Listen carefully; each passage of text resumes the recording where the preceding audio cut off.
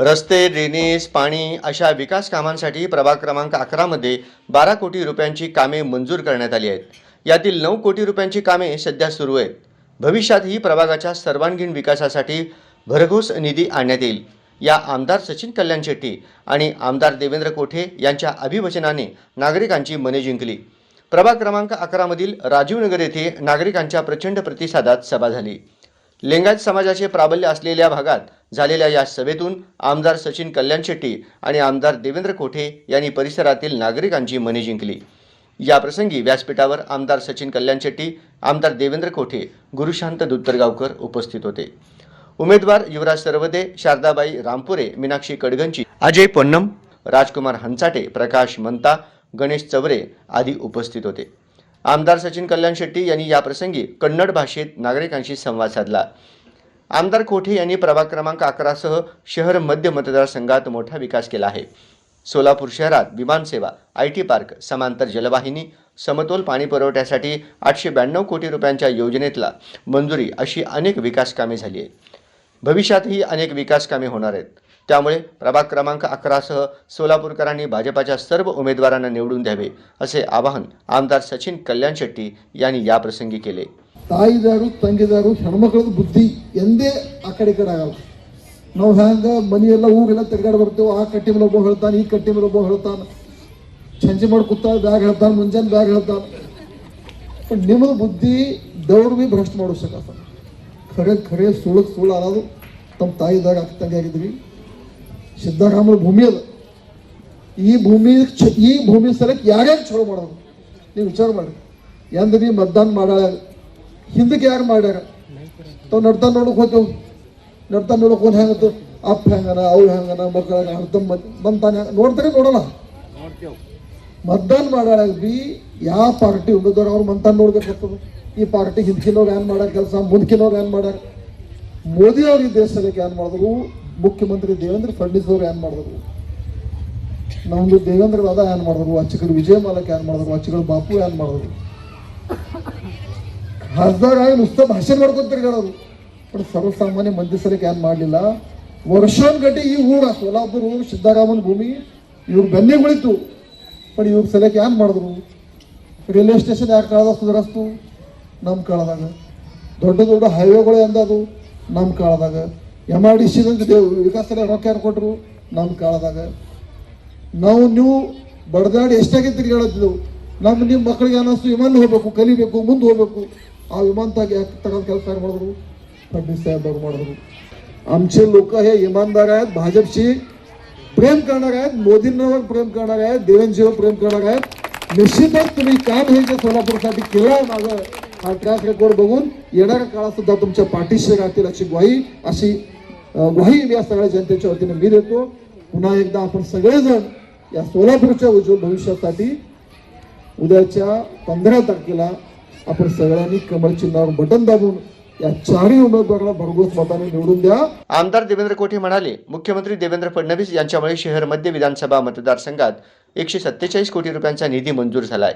यातील कोट्यावधी रुपयांची कामे प्रगतीपथावर आहेत. काँग्रेसच्या तत्कालीन आमदार प्रणिती शिंदे यांना त्यांच्या 15 वर्षाच्या कार्यकाळात देखील इतका निधी मिळाला नाही. खासदार प्रणिती शिंदे यांनी प्रभाग क्रमांक 11 मध्ये 90 लाख रुपयांचा तरी निधी दिला आहे का, असा प्रश्न आमदार देवेंद्र कोठे यांनी उपस्थित केला. आपण संघटित झालो तर अंगणातील तुळस आणि देवळावरील कळस सुरक्षित राहणार आहे. MIM सारख्या पक्षाला डोक्यावर बसवून घेणे आपल्याला परवडणारे नाही.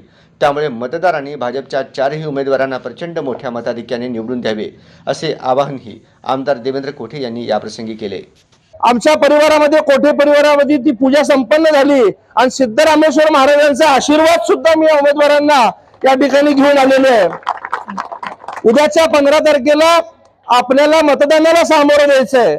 तर मतदान आपल्याला भारतीय जनता पार्टीच्या चारही उमेदवारांना करायचंय. आता तुम्हाला वाटेल की भाजपालाच मतदान का करायचं, तर हा प्रभाग क्रमांक 11 म्हणजे हद्दवर भाग असलेला परिसर आहे. अनेक वर्ष या ठिकाणी काँग्रेस पक्षाचे आमदार असताना मूलभूत प्रश्न तुम्हाला सोडवले जात नव्हते. रस्ते नव्हते, ड्रेनेज नव्हते, लाईट नव्हती, पाण्याची अडचण मोठ्या प्रमाणात, अनेक गोष्टी त्रासाला जात असताना सुद्धा तुमच्या कधीही अपेक्षा पूर्ण झाल्या नाही. परंतु 2017ला ज्यावेळेस भाजपाचं सरकार आलं, आज हे जे स्मार्ट दिवा लागलेला आहे, स्मार्ट दिवा सुद्धा भारतीय जनता पार्टीच्या माध्यमातून लागलेला दिवा आहे. आपण मला कालच्या विधानसभेला इतक्या मोठ्या मताधिक्याने निवडून दिलं, आमदार म्हणून काम करण्याची संधी दिली. आदरणीय मुख्यमंत्री देवेंद्र फडणवीस साहेबांच्या आशीर्वादाने, पालकमंत्री जयकुमार गोरे साहेब असतील, मार्गदर्शक सचिन दादा असतील, आपल्या शहर मध्य विधानसभेला 147 कोटी रुपयाचा निधी एका वर्षभरात मंजूर झालेला आहे. जितकी निधी काँग्रेसच्या आमदाराला मागच्या 10-15 वर्षात मिळाली नाही, तेवढ्या निधी आपण वर्षभरात आणलेल्या आहेत. विशेषतः प्रभाग क्रमांक 11 साठी राजकुमार हंसाटे सर असतील, मगर मेंबर असतील, अप्पू कडवंचे असतील, भाजपाच्या सगळ्या पदाधिकाऱ्यांनी या ठिकाणी मागणी केली की हा हद्दवाढ भाग आहे, अनेक मोठे रस्ते झालेले नव्हते, पावसात तर प्रचंड वाईट अवस्था होती, म्हणून पहिल्याच ह्याच्यात जवळपास 12 कोटी रुपयाची कामं या प्रभाग 11ला मंजूर केली. आज 9 कोटी रुपयांची कामं जागेवरती सुरू आहेत. हे केवळ तुम्ही भारतीय जनता पार्टीला विधानसभेला मला मतदान केलं म्हणून आपण हा या ठिकाणी विकास करू शकलो. कधी ना कधी पक्ष माझ्या नेतृत्वाचा, माझ्या उमेदवारीचा विचार करेल. आज इतके लाडक्या बहिणी या ठिकाणी उपस्थित आहेत. मुख्यमंत्री देवाभाऊंनी सांगितलं की 1500 रुपये आम्ही तुम्हाला चालू करू, आमदारकीला योजना चालू केली, पैसे खात्यात पाठवले. त्यावेळेस हेच काँग्रेसचे लोक प्रचार करायचे की लाडकी बहीण चालणार नाही, लाडकी बहीण बंद पडेल. परंतु आज वर्ष झालंय लाडक्या बहिणीची योजना चालू आहे. उद्याच्या मकर संक्रांतीच्या आधी 2 महिन्याचे 3000 रुपये सुद्धा तुमच्या खात्यामध्ये जमा होणार आहेत. आज भारतीय जनता पार्टीचे आमचे मार्गदर्शक आमदार सचिन दादा आहेत, मी आमदार आहे, पालकमंत्री आहेत. मी सगळ्या बहिणींना सांगेन की आम्ही तुम्हाला शब्द देतो की फक्त 1500 रुपयावरती आम्ही थांबणार नाही. तर ज्या वेळेस महापालिकेमध्ये भाजपाचे सरकार पुन्हा येईल, या प्रभागातले 4चे 4 उमेदवार भाजपाचे निवडून येतील, आम्ही मुख्यमंत्री साहेबांना विनंती करू की साहेब आपण 1500 रुपयावरची ही योजना 2100 रुपयाची केली पाहिजे आणि आपल्या महिलांचा सन्मान केला पाहिजे. मागच्या 1.5-2 महिन्याच्या कालावधी मी पाहायचो, अनेक लोक प्रचार करायचे स्थानिक उमेदवार हवा, बाहेरचा नको. अहो, एका प्रभागामध्ये 40-50 नगर असतात. प्रत्येक नगरातनं जर उमेदवार द्यायचं म्हणलं तर मग काय 40-50 उमेदवार उभा करायचे का? सर, तुम्ही काळजी करू नका, तो विरोध तुम्हाला जनतेचा नव्हता, ही जनता तुमच्या पाठीशी आहे.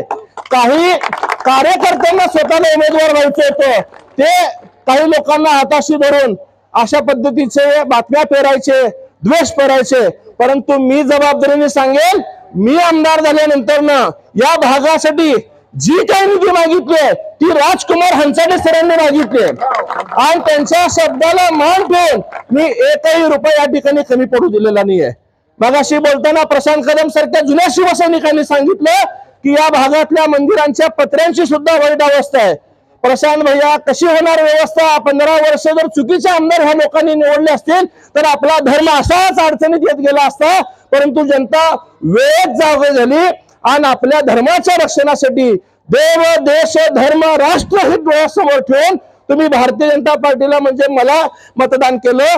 यापुढे एकाही देवस्थानला निधी कमी पडू देणार नाही, हा जाहीर शब्द मी तुम्हाला आजच्या माध्यमातून देतो. तुम्ही देवस्थान सांगायचं त्याला 10 लाख लागतात का 20 लाख रुपये लागतात, त्या सभा मंडपाला निधी देण्याची जबाबदारी माझी असेल. रोड, रस्ते, ड्रेनेज, लाईट, पाणी हे सगळ्या गोष्टी आपण करूयात, परंतु धर्मरक्षण सुद्धा करण्याची आपली गरज आहे. आज प्रभाग क्रमांक 11 मध्ये आपण पाहतो की लोकसभेला, विधानसभेला कसे लोक एकत्रित येतात, कसं ते त्यांच्या लोकांना जिंकवायला प्रयत्न करतात. जर आपण भाजपाला मतदान नाही करणार तर मग काय डोक्यावर इमाम बसून घ्यायचंय का? सांगा, डोक्यावर इमाम बसवलेलं तुम्हाला चालणार आहे का? आपण संघटित राहिलो, आपण एक संघपणे भारतीय जनता पार्टीच्या पाठीशी राहिलो तर निश्चितच आपल्या अंगणातली तुळस सुद्धा सुरक्षित राहणार आहे, मंदिराच्या वरचा कळस सुद्धा सुरक्षित राहणार आहे, विकासासोबत लाडक्या बहिणींचा सन्मान सुद्धा होणार आहे. आज सोलापूरची विमान सेवा सुरू झाली, सोलापूरच्या IT पार्कला मंजुरी मुख्यमंत्र्यांनी दिली, इथं सगळे मोठमोठे उद्योग येणार आहेत. तुमच्यापैकी अनेक जण अक्कलकोट रोडच्या MIDC मध्ये कामाला जाता, कोणी टॉवेल कारखान्यात जात आहे, कोणी गारमेंट मध्ये जात आहे, कोणी चादर कारखान्यात जात आहे. 15 वर्ष प्रणिती शिंदेना तिकडचे रस्ते करणे शक्य झाले नाही, परंतु मुख्यमंत्री साहेबांनी माझ्या एका वर्षाच्या कारकिर्दीमध्ये 56 कोटी रुपयाचे रस्ते त्या अक्कलकोट रोडच्या MIDC ला मंजूर केले आणि पुढच्या 1 वर्षाच्या आत त्या ठिकाणी त्या एमआयडीसीतले सगळे रस्ते पूर्ण होणार आहेत.